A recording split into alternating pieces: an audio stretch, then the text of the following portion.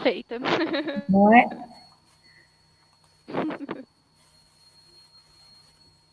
Ai,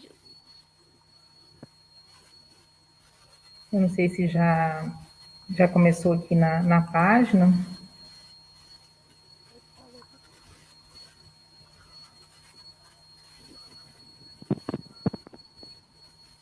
vou tentar ver aqui.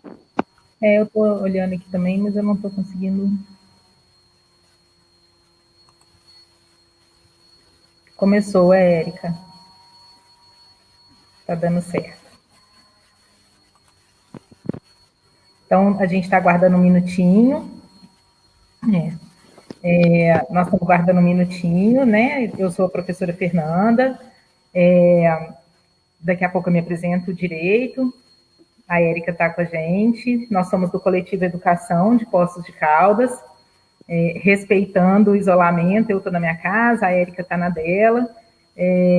E hoje a gente vai conversar um pouquinho sobre Paulo Freire, lembrando aí os 23 anos da morte desse grande educador. Nós estamos dando mais um minutinho só para o pessoal ir entrando, para a gente poder começar a se apresentar.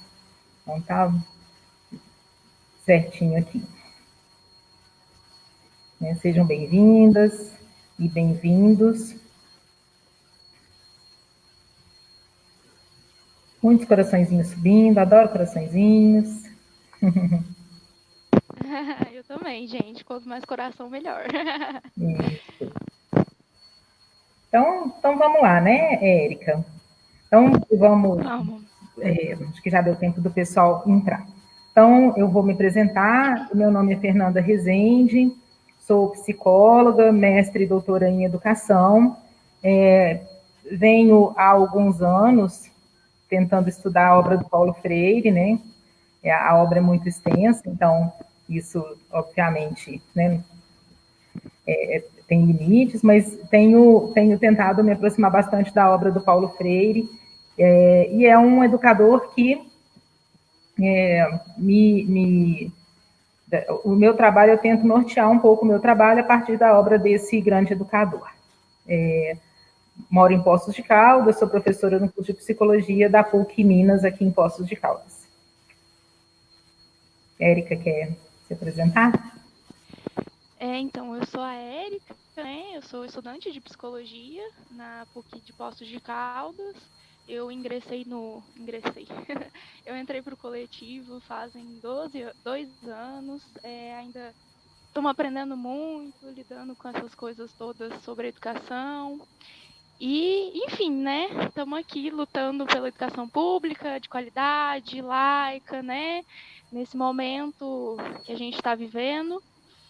E hoje a gente vai falar de um dos caras que norteiam, né, o nosso trabalho, a nossa visão de educação, que é o Paulo Freire, né? Que a gente tem acompanhado alguns movimentos aí que são contrários a ele.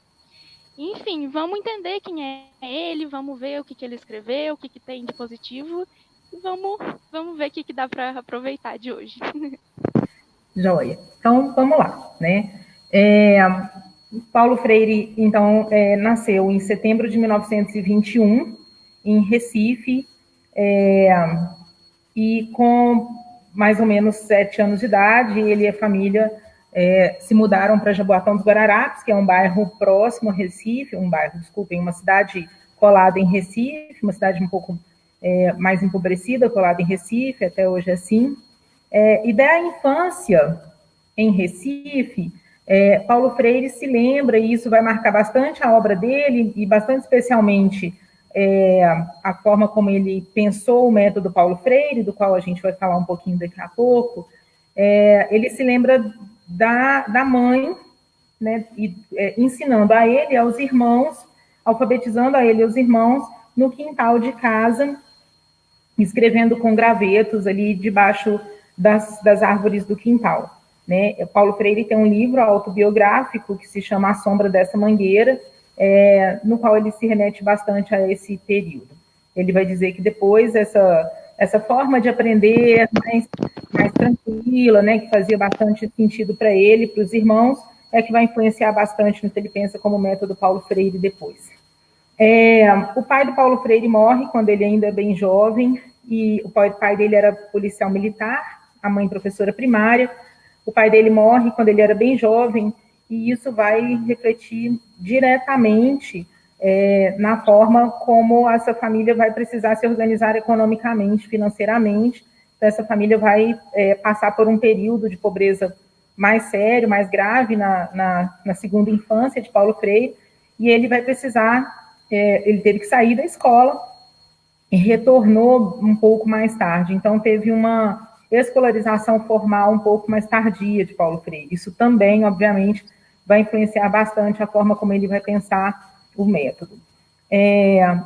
Paulo Freire fez direito, já bem mais velho do que a maior parte dos seus colegas de turma, mas ele conta na sua biografia que, após se formar em direito, quando ele se forma em direito, ele já era professor de português no SESI, mas quando ele se forma, ele fala que ele passa a não compreender que aquela ação, como advogado, de ter que acusar alguém, defender alguém, aquilo ele não era para ele. Ele não se via naquele lugar.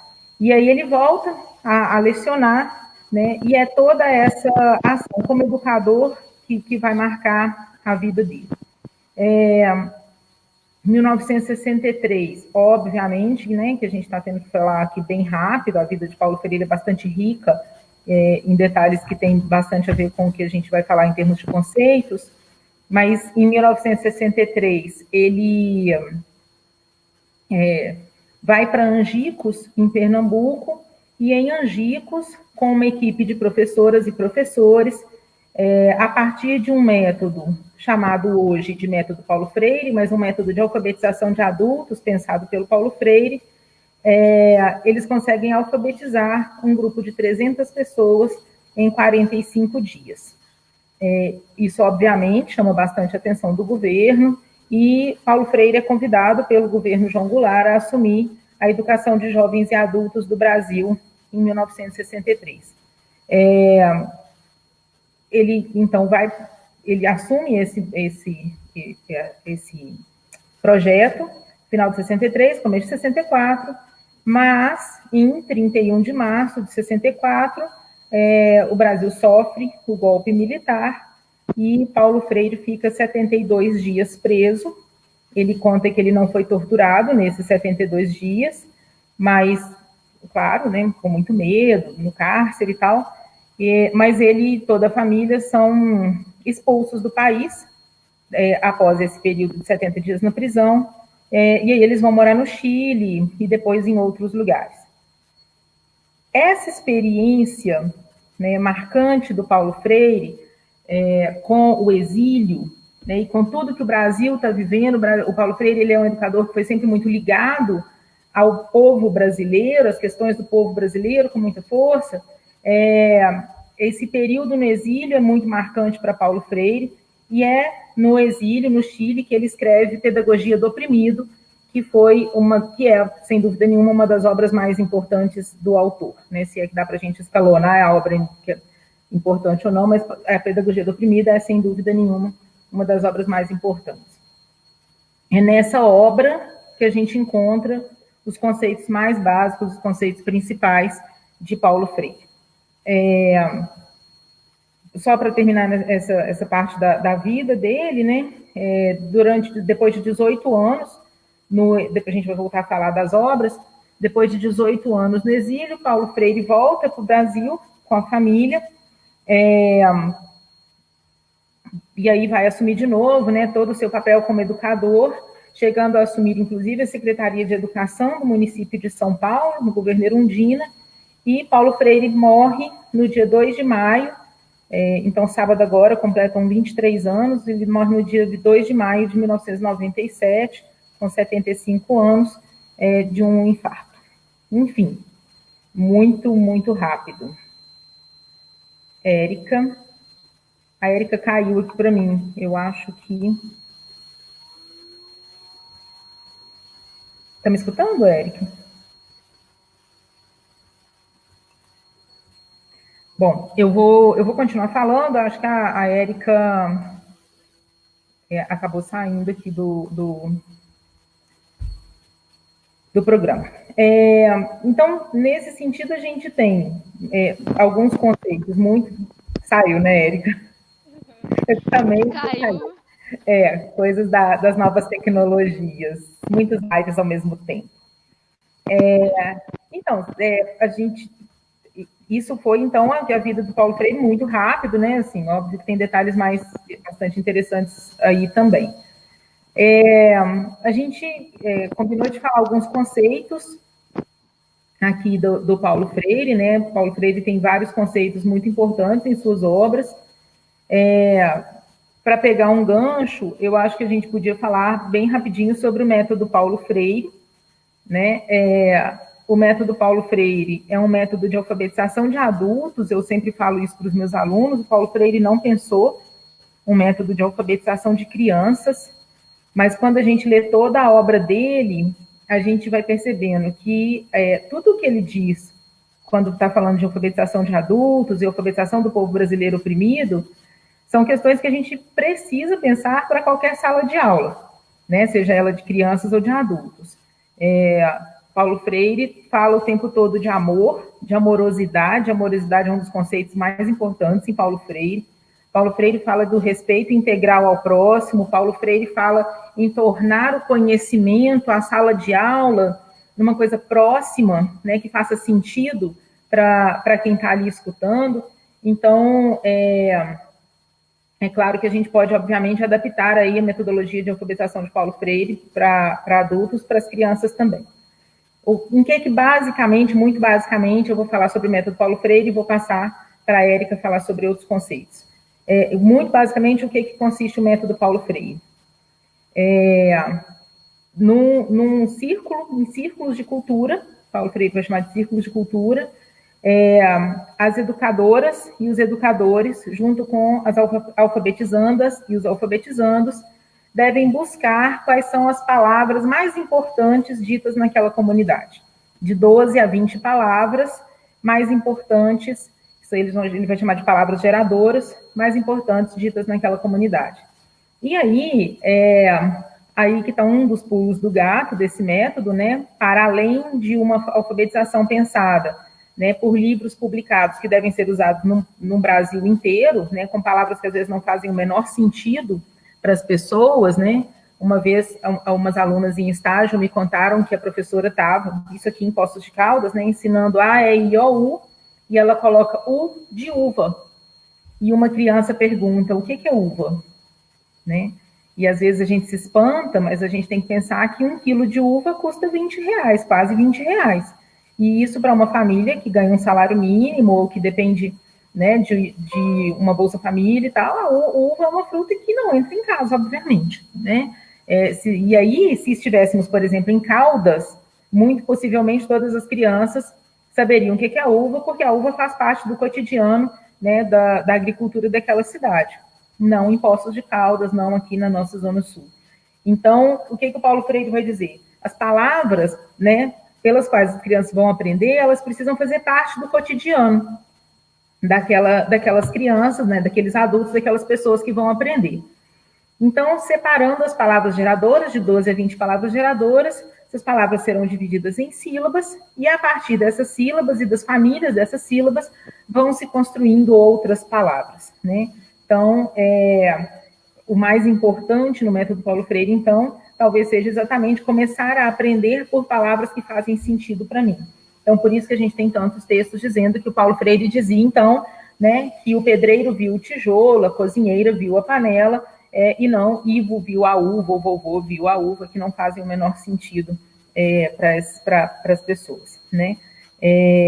Vou deixar a Érica falar um pouquinho mais sobre os conceitos e a gente volta. Antes de partir para as partes dos conceitos, né, queria dizer para quem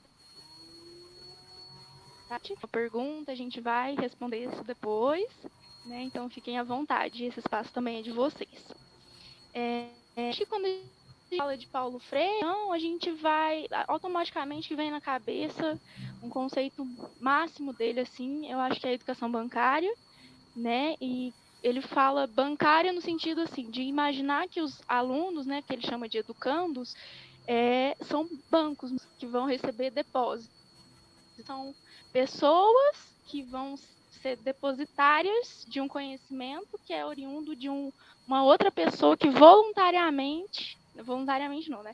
Ela vai lá e vai depositar os seus conhecimentos nessa pessoa. Então, eu acho que isso é uma coisa muito clara, assim, quando a gente fala de educação pública. Eu estudei a minha vida inteira em escolas públicas, e eu acho que, assim, não só a escola pública, né? Todas as escolas, acho que hoje se baseiam nesse formato de educação em que a gente desumaniza, né, os educadores, mas, sobretudo, os educandos, né?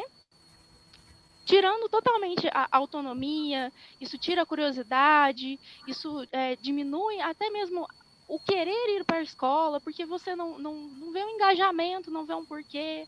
Você, muitas vezes, como a Fer estava falando agora, né, dessas experiências, por exemplo, a pessoa não conseguir chegar ao centro da cidade, muitas vezes os alunos não têm acesso a outros lugares, né? Então, trazer essa educação bancária, ela é muito presente. E a gente também deveria repensar esses modelos, essas formas de fazer educação. E o Paulo Freire é um dos que isso pode ser refeito, né? Que isso pode ser repensado e que existem várias formas de fazer isso. Acho que outro ponto importante na obra do Paulo Freire seria o diálogo, né? Enquanto chave mesmo para a educação para a liberdade, vai discutir bastante nas suas obras, né? Então, o diálogo justamente nisso, né? De entender que tanto o educador, tanto o educando são duas pessoas que vão aprender junto, que vão construir o conhecimento junto. E o conhecimento justamente enquanto construção, enquanto algo que não está dado, algo que não está fechado, e que sim vai ser partilhado, e ambas as partes vão aprender nesse processo, né? Não sei se você quer falar alguma coisa, Fer. São tantos conceitos muito importantes em Paulo Freire que a gente até fica um pouco sem saber por onde que começa, né, Érica? Então, a Érica citou a educação bancária, que tem bastante a ver com a questão do método Paulo Freire, né? Fugindo da educação bancária que a gente está, né? O aluno não é uma tábula rasa em que a gente imprime os nossos conhecimentos, ou como quer Paulo Freire, a gente não deposita conhecimentos no aluno, né? E o conceito de diálogo, a dialogicidade, talvez seja realmente o conceito-chave para Paulo Freire. Durante toda a sua obra, ele vai falar assim: só é possível superar relações de opressão, sejam elas na sala de aula, ou sejam elas nas relações entre as pessoas, se a gente consegue pensar a partir do diálogo.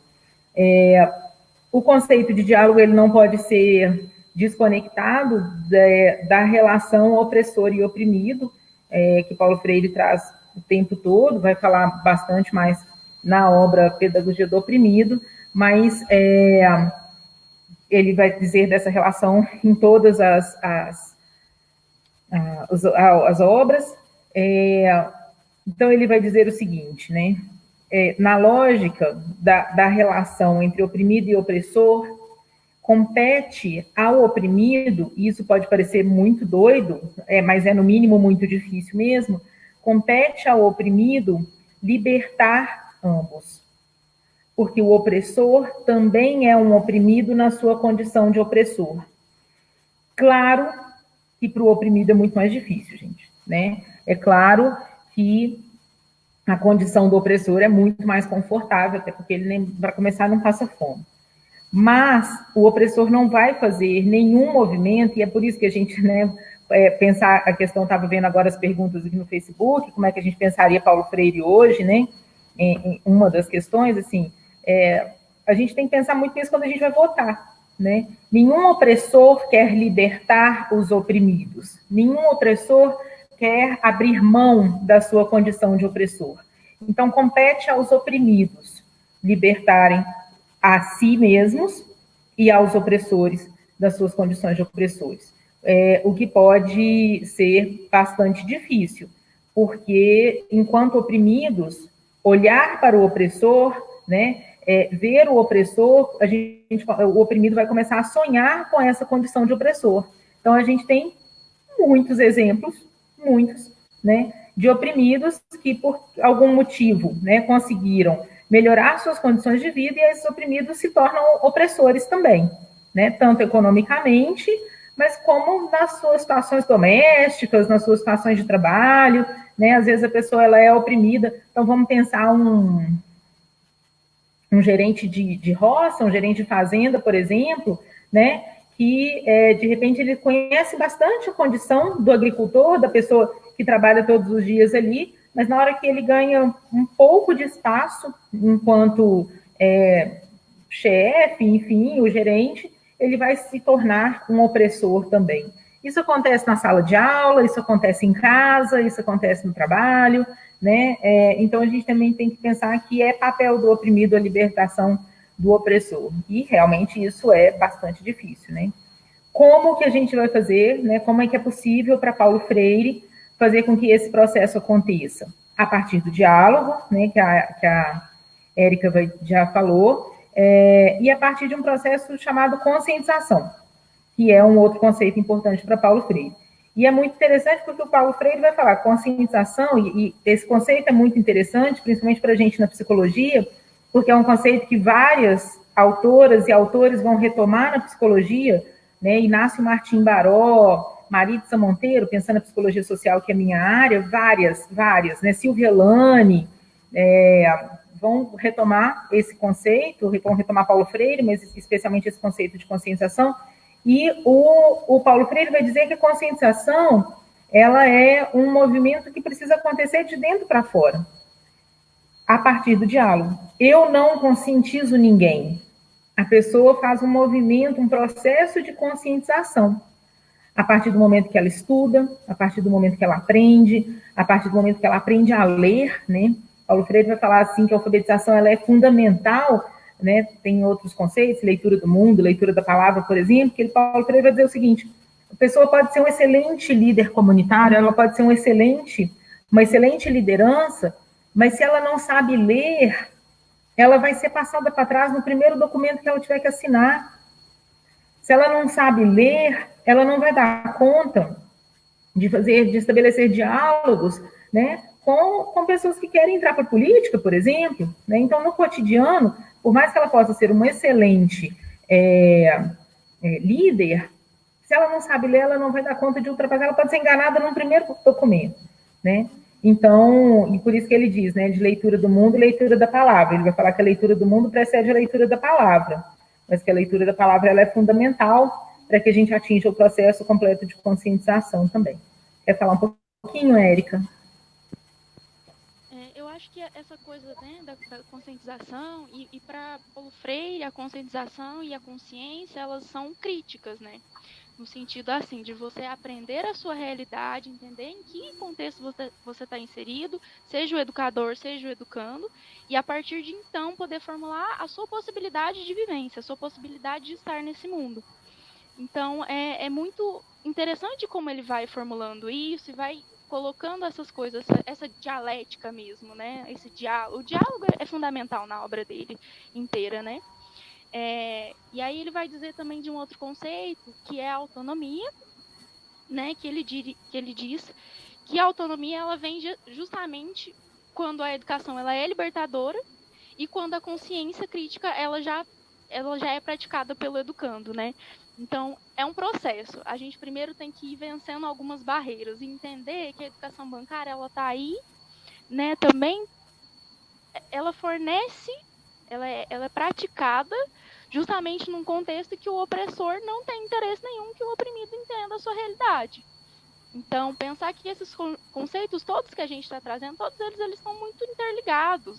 Eles funcionam enquanto uma obra mesmo, assim, né? Então, a pessoa, a partir da educação libertadora, ela vai ter uma consciência crítica mais bem elaborada, e aí, a partir de então, ela consegue autonomia e pode, né, tem possibilidades abertas para ela construir um mundo, construir o que ele chama de utopia, né? Que é também muito importante, que a gente vai falar um pouquinho mais no final, mas a utopia também é uma coisa importante na obra dele. Também tem um outro conceito que... Pode falar. Pode falar. Tem um outro conceito que é o empoderamento, né?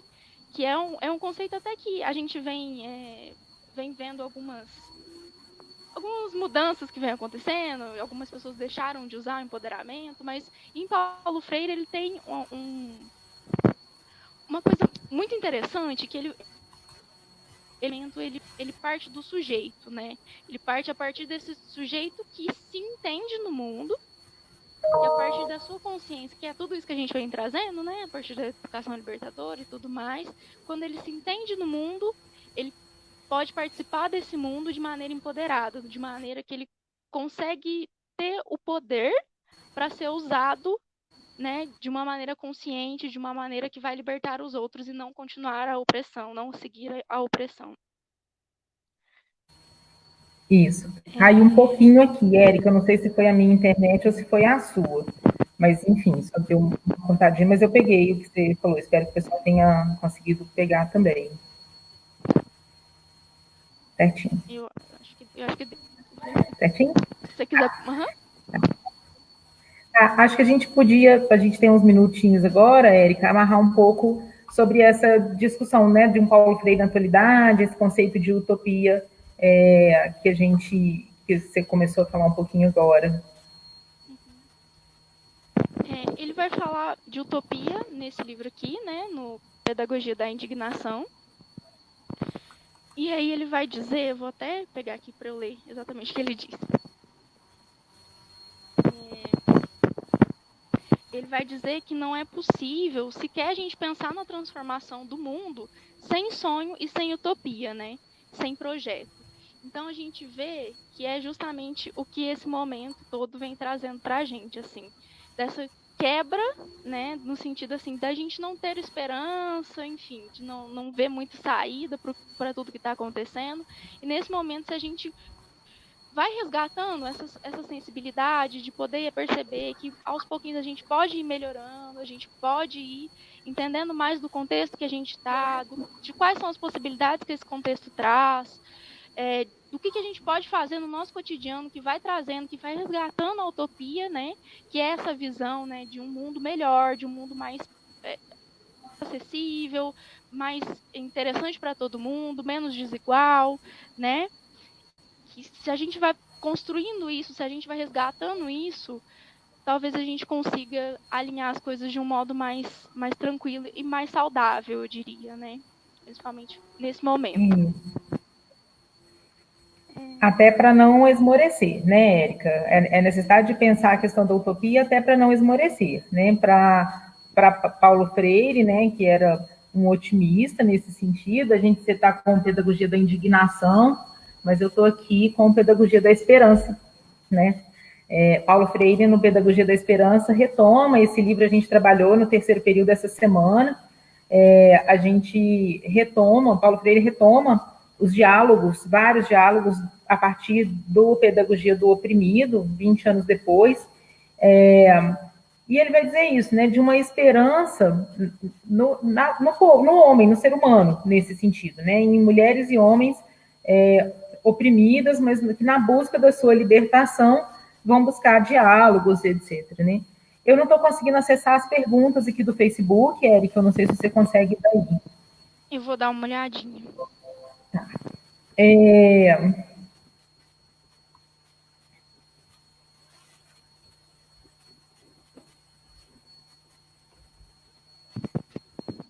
Tem bastante gente elogiando aqui, viu, Fer? Delícia, coisa boa.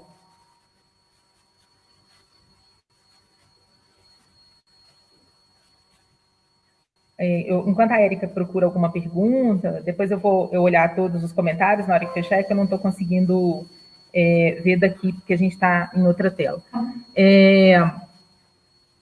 Ontem eu e Érica conversávamos longamente sobre Paulo Freire, e a gente se perguntava, acho que até o Fábio colocou uma pergunta, né, como será que Paulo Freire estaria vendo a situação hoje, né?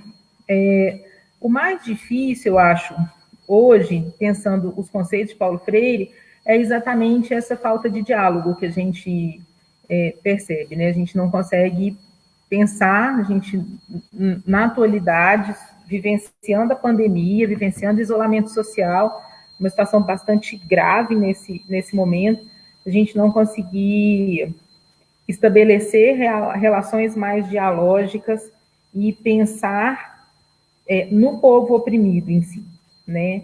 É assustador quando a gente vendo aí as filas na porta da Caixa Econômica Federal, né, na busca aí pelo auxílio, as pessoas não conseguindo receber seu seguro-desemprego. Então, é direito, né, gente? É direito.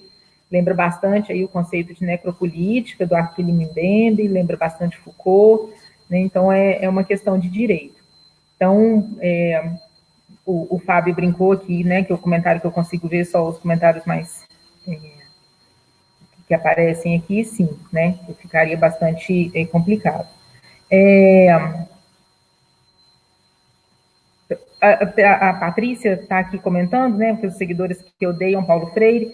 Eu fiz um exercício mais recente, em janeiro, de buscar alguns textos dos opositores a Paulo Freire para entender um pouco por que as pessoas odeiam tanto Paulo Freire. Né? Eu li alguns livros porque eu tenho uma dificuldade muito grande de entender esse ódio, uma dificuldade pessoal, tá? Não ideológica.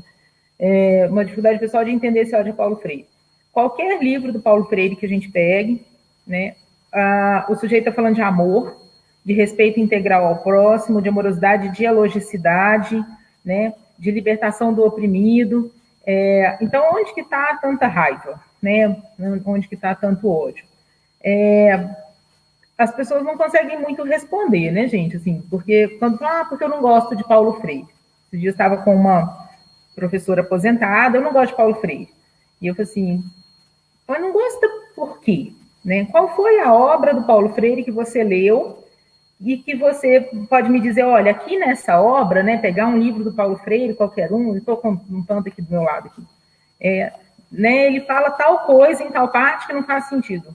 Então, eu desconheço, gente. Eu acho que tem uma lógica. Teve um texto de não me lembro quem, tem autor que nem vale a pena guardar o nome mesmo, que ele pegava um trecho do Pedagogia do Oprimido, que falava da libertação dos oprimidos em relação aos opressores, e ele falava assim, tá vendo? Aqui nesse trecho, o Paulo Freire fala de formação de soldados comunistas. Não dá nem para dialogar, gente. Né? Paulo Freire não estava falando de comunismo hora nenhuma, ele não estava falando muito menos de formação de soldado, e aí o cara pega um trecho dizendo da libertação dos oprimidos e fala assim, tá vendo? É uma formação de soldados comunistas contra o Brasil. Então, é difícil dialogar por aí também, né? Quando pensa assim, por que esse pessoal odeia tanto? Uma aluna me escreveu um e-mail esses dias, uma aluna da turma do terceiro período, a Maria Madalena, não sei se ela está ouvindo a gente, e falando assim, estou aqui lendo o Pedagogia do Oprimido e pensando que eu estou entendendo por que as pessoas não gostam dele, né? Porque, na verdade, como ele diz exatamente da libertação dos oprimidos, né? Os opressores não querem isso, né? Então, talvez seja exatamente por aí que apanha tanto. Só para lembrar, né, gente, Paulo Freire é reconhecido como mestre, como grande educador no mundo inteiro, né, em várias partes do mundo. Ele tem vários doutorados honoris causa, nem sei quantos, e ele é o único brasileiro, o único autor brasileiro citado nas 100 obras, né, no levantamento das 100 obras mais citadas nas referências bibliográficas dos cursos superiores dos Estados Unidos. Paulo Freire é o único brasileiro. Né? Então, só para dizer da importância, né, que Paulo Freire tem lá fora, num grande evento na Finlândia, na explicação que a Finlândia estava fazendo sobre dando uma explicação de por que a sua educação funciona tanto, né? O povo adora comparar a Finlândia ao Brasil. A gente, o sujeito que estava explicando essa educação finlandesa, ele fala assim, é interessante pensar que para o Brasil, vocês têm o grande educador que nos orienta aqui, né? Que é a obra do Paulo Freire, que nos orienta aqui para poder pensar a educação finlandesa. Olha que doido isso, né, gente? A gente fica aqui elogiando tanto a educação finlandesa, e a base da educação finlandesa é Paulo Freire, né? Enfim, Eriquinha, achou uma pergunta aí? Ou um comentário que você queira comentar? O que você queira... A gente tem mais comentários, assim, pedindo, falando parabéns pra gente. Tem uma pergunta que chegou, tá pedindo para a gente falar mais sobre o empoderamento como conceito do Paulo Freire.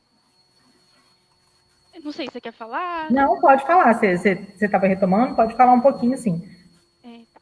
Então, o Paulo Freire ele vai dizer justamente que o empoderamento ele é construído, né? Que o poder ele tem detentores e que ele também tem detentores entre os próprios oprimidos, né? Então, assim, o empoderamento ele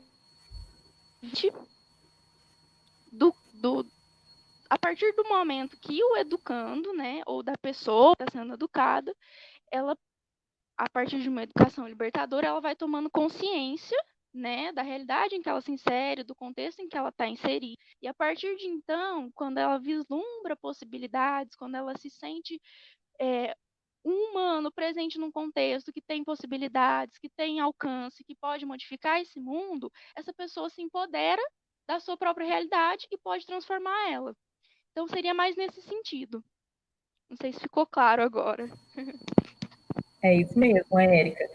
O conceito empoderamento, a palavra empowerment, Paulo Freire fala que não foi ele que cunhou, né? Ele ouve isso num círculo de professores norte-americanos, a palavra, e ele vai perceber o tanto que essa palavra faz sentido, especialmente na discussão de classes e luta de classes, né, a qual Paulo Freire se debruça a vida inteira.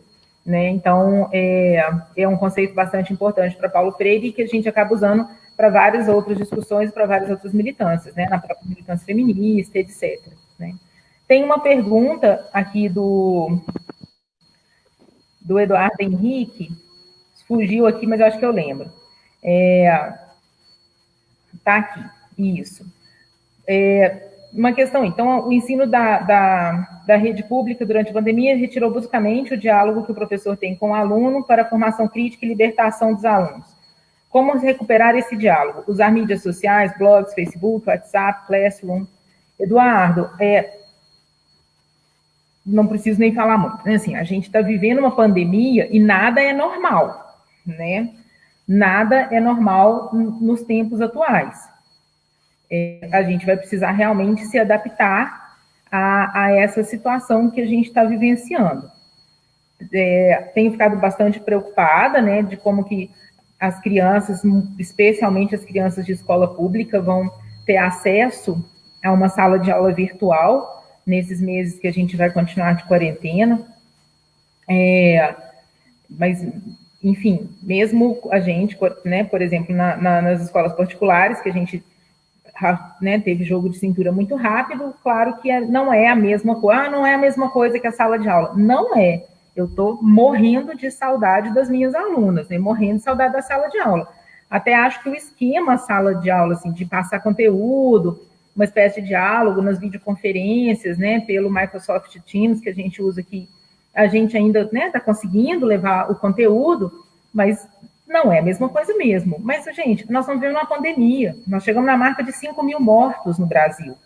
Então, nada é normal numa situação dessa. Muito estranho quem acha que está tudo normal e que se pergunta, e daí? Né? Tem 5 mil mortos, e daí? Então, é isso que é estranho. Né? A pessoa não estranhar é que é muito estranho. Então, você mesmo responde, né, Eduardo, a pergunta. Buscar individualmente de que forma que cada professora e cada aluno vão poder se conectar, essa busca vai ter que ser mais individual.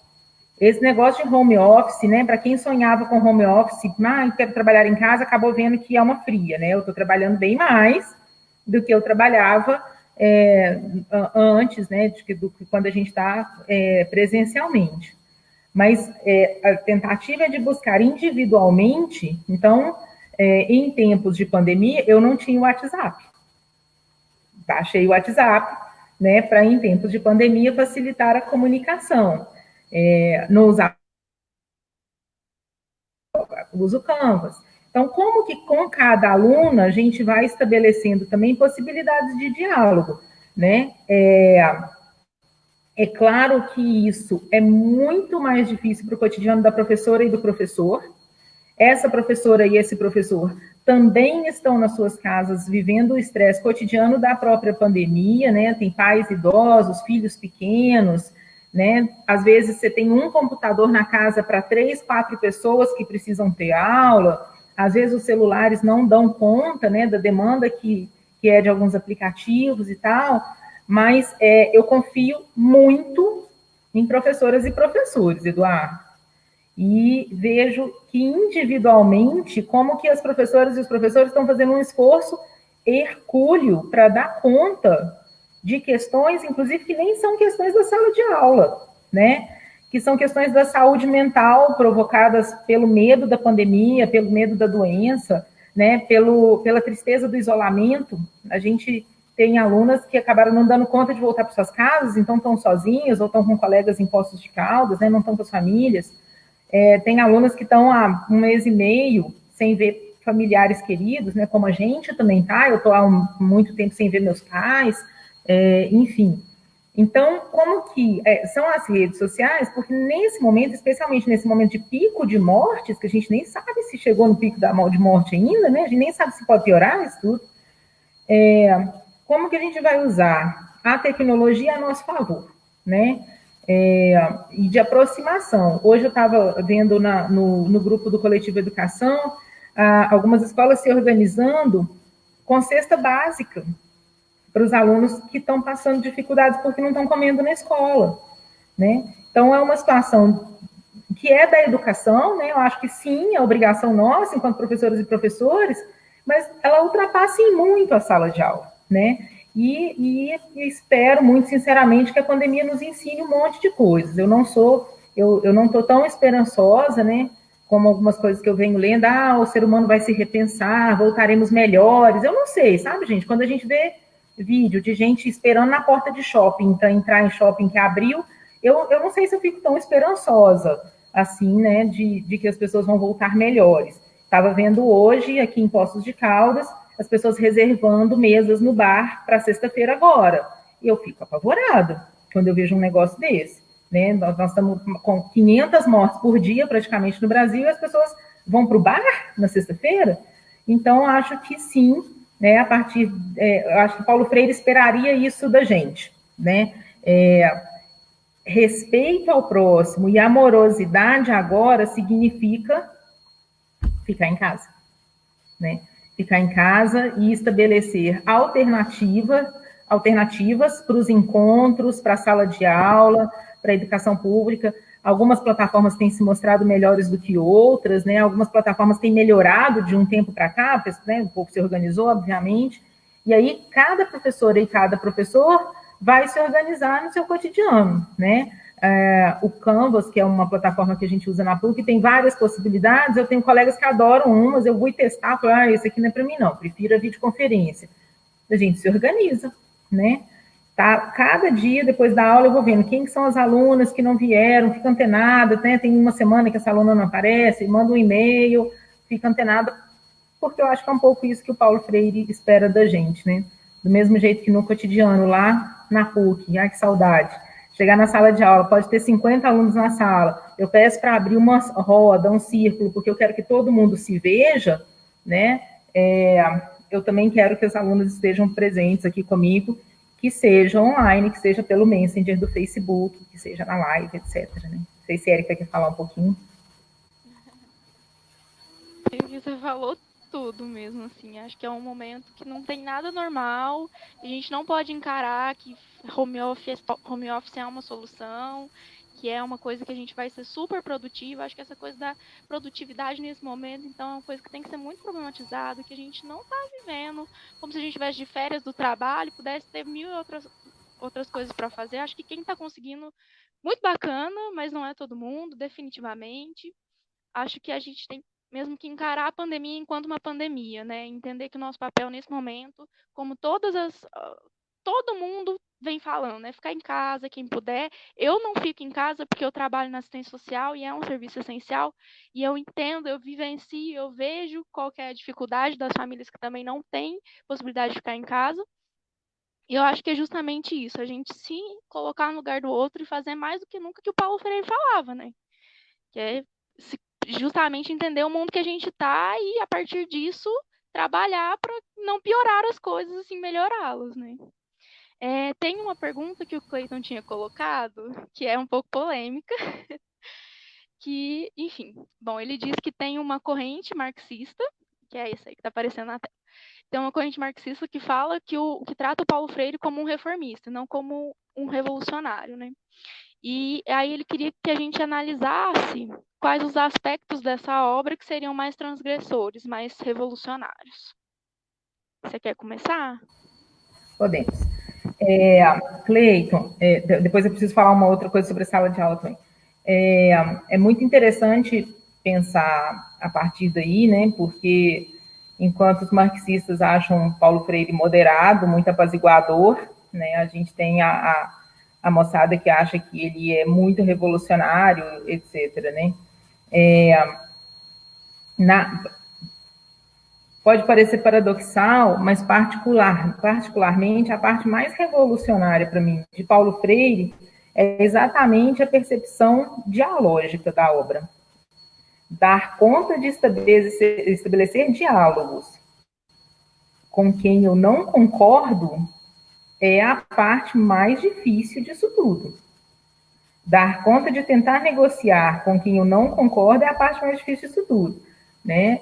E aí eu sei muito bem que vai ter uma moçada que vai dizer que não tem que ter diálogo, né? Que tem que partir para a revolução, que com fascista não se dialoga, né? Então tem um monte de questões aí que são mais complicadas. Então acho que a gente precisa, para mim, eu não sei se a Erika quer comentar, mas tem, quando a gente, todos esses conceitos que a gente falou, a dialogicidade para mim é a questão mais revolucionária. Quer comentar, Erika? Eu não sei.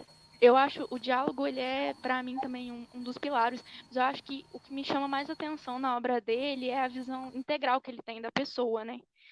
Dele dizer disso o tempo todo mesmo, de dizer que a gente tem que observar que mesmo a pessoa que está ali se colocando numa posição de educando, ela é uma pessoa integral, que vive no mundo, que tem suas dificuldades, que tem as suas facilidades, que tem as suas possibilidades e tem as suas impossibilidades também.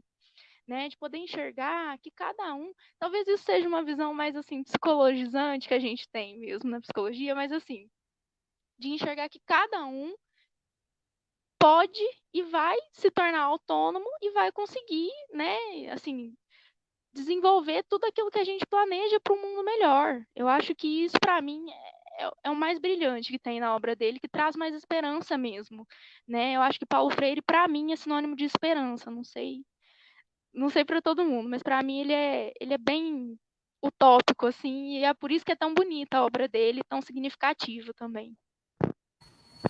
Acho que ele ia gostar de te ouvir falar assim, né, Érica? Assim, tanto que tem uma obra que é Pedagogia da Esperança. Tem uma outra questão que a Luciane Giraldello está colocando, a Lu é professora comigo também lá, e está dizendo, né, assim, Paulo Freire é muito difícil, muito, né? Então, por isso que eu falei que é paradoxal, às vezes você tem uma moçada que acha que ele é muito reformista, muito moderado, e tem a moçada que Paulo Freire é muito difícil. Colocar Paulo Freire em pauta, colocar Paulo Freire num cotidiano na sala de aula, vai respeitar todo mundo integralmente, né? Respeita o aluno que não pensa como você, né? Como eu disse, abre rodas para fazer diálogos, expõe o que você, a sua não saber, aquilo que você não sabe. Olha, isso eu não sei. Vamos procurar junto, não sei. Muito mais difícil pensar assim, né, do que dizer de conteúdo o tempo todo, enfim, né? Então, sim, Lu, eu concordo com você, bem mais difícil. Eu quero só dizer uma coisa, eu recebi uma mensagem aqui agora, assim, eu não quis dizer sala de aula com 50 alunos, está longe de ser ideal, tá, gente? Eu não gosto de pensar que eu tenho uma sala de aula com 50, 60 alunos, está longe de ser ideal. Obviamente, salas de aula com 20, 30 pessoas são muito mais fáceis exatamente de eu estabelecer o diálogo, né?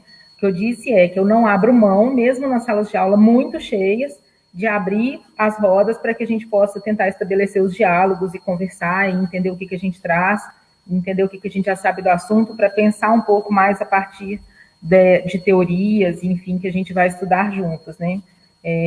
Mas não é uma sala de aula com 50, 60, às vezes 70 alunos, né? Mas eu abro as rodas do mesmo jeito. meus círculos do mesmo jeito. Não sei se tem mais perguntas, Érica. A gente está indo para 50 minutos. Eu acho que está bom, né? Já são quase 9 horas da noite. Não sei como é Não temos mais que tá aí. perguntas. Não temos mais perguntas, mas se alguém quiser correr para digitar alguma coisa aí, fica à vontade. Então, acho que a gente pode ir se encaminhando mais para Cortou terminar um mesmo. pouco. Tá me ouvindo agora? A internet da Deu Érica. certo. Oi, Érica. Então, eu acho que a gente já pode ir encaminhando para encerrar mesmo. O que você acha? Tá.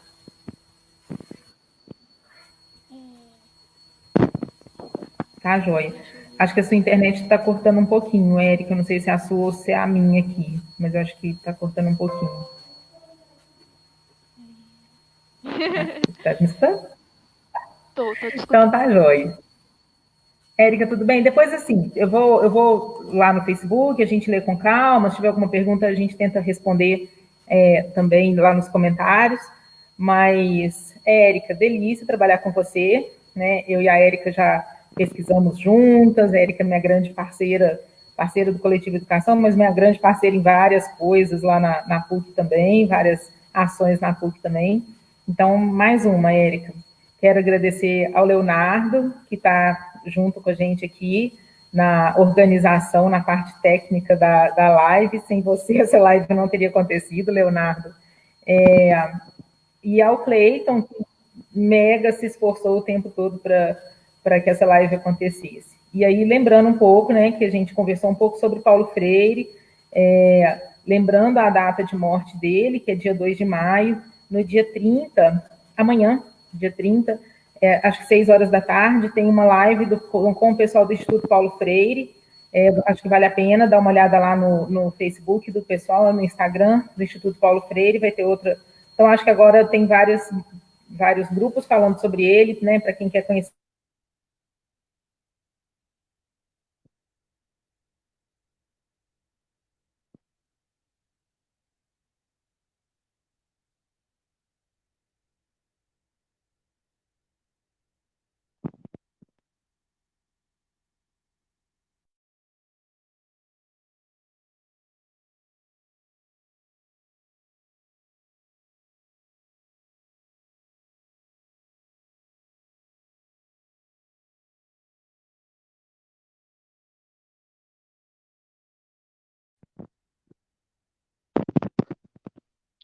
Acho que agora que quem caiu foi a Fernanda. Mas então, vou encerrar por aqui, gente. Queria agradecer muito a todo mundo que mandou comentário.